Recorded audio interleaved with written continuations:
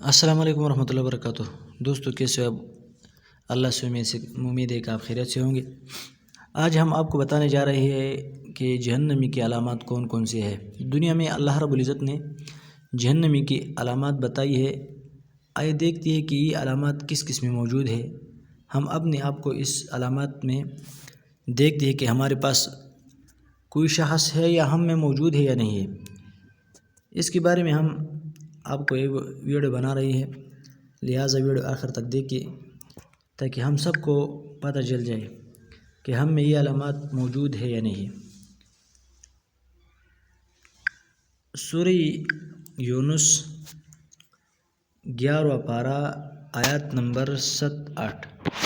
اس آیت میں اللہ رب العزت نے جہنمی کی علامات بتائی ہے کہ جہنمی کی 4 علامات ہے۔ ایک شخص دنیا میں جہنمی ہے یا نہیں ہے، اگر ان 4 علامات میں سے کوئی ایک بھی موجود ہو تو اس کو یہ خطرہ ہے کہ یہ جہنم میں جائے گا۔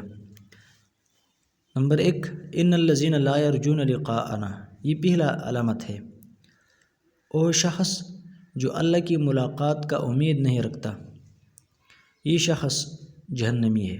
نمبر 2، ورضوا بالحیات الدنیا، اور دنیا کی زندگی گزارنے پر وہ راضی ہو، دنیا کی زندگی گزارنے پر وہ رضامند ہو، آخرت کے لیے کوئی متوجہ نہ ہو، آخرت کے لیے کوئی کام نہیں کر رہا، تو یہ دوسری علامت ہے۔ نمبر 3، وَاطْمَأَنُّوا بِهَا، اور دنیا کی زندگی گزارنے پر یہ بالکل مطمئن ہو، اس کی دل میں جو اطمینان حاصل ہوتا ہے وہ دنیا کی زندگی میں حاصل ہوتا ہے، قرآن میں حاصل نہیں ہوتا۔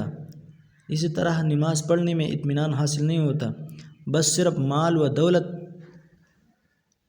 اور وغیرہ وغیرہ ایسے کاموں پر جو دنیا سے اس کا تعلق ہے، ان کاموں کی وجہ سے ان کی دل کو تسلی ہوتا ہے، تو یہ جہنمی کی تیسری علامت ہے۔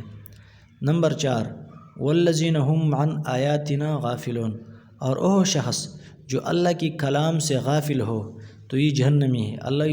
اللہ رب العالمین خود فرماتے ہیں اولئک مأواہم النار، اگر یہ 4 علامت کسی میں موجود ہو تو ان کا جگہ اور ٹھکانہ جہنم میں ہے، بما کانوا یکسبون۔ اب دیکھیے ان 4 علامات میں اگر کسی میں بھی ایک علامت موجود ہو تو یہ شخص جہنم میں جائے گا۔ ان الذین لا یرجون لقاءنا، اللہ کی ملاقات کا امید نہیں رکھنا۔ نمبر 2، دنیائی زندگی پر رضامند ہونا۔ نمبر 3، دل کی اطمینان دنیا کی زندگی گزارنے پر حاصل ہونا۔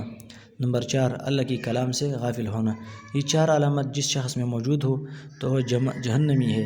اللہ ہم سب کو جہنم کی آگ سے بچائیے، کیونکہ وہ بہت زیادہ سخت اور تکلیف دہ مقامات ہوتی ہے۔ جہنم سے بچنے کی کون کون سی اسباب ہے، ہم انشاءاللہ ان ویڈیو میں وہ بھی آپ کو بتائیں گے۔ ہمارا چینل ضرور سبسکرائب کریں تاکہ آپ کو بہترین نصیحتیں، بہترین وظائف اور بہترین درس و تدریس آپ کو مل جائے۔ والسلام۔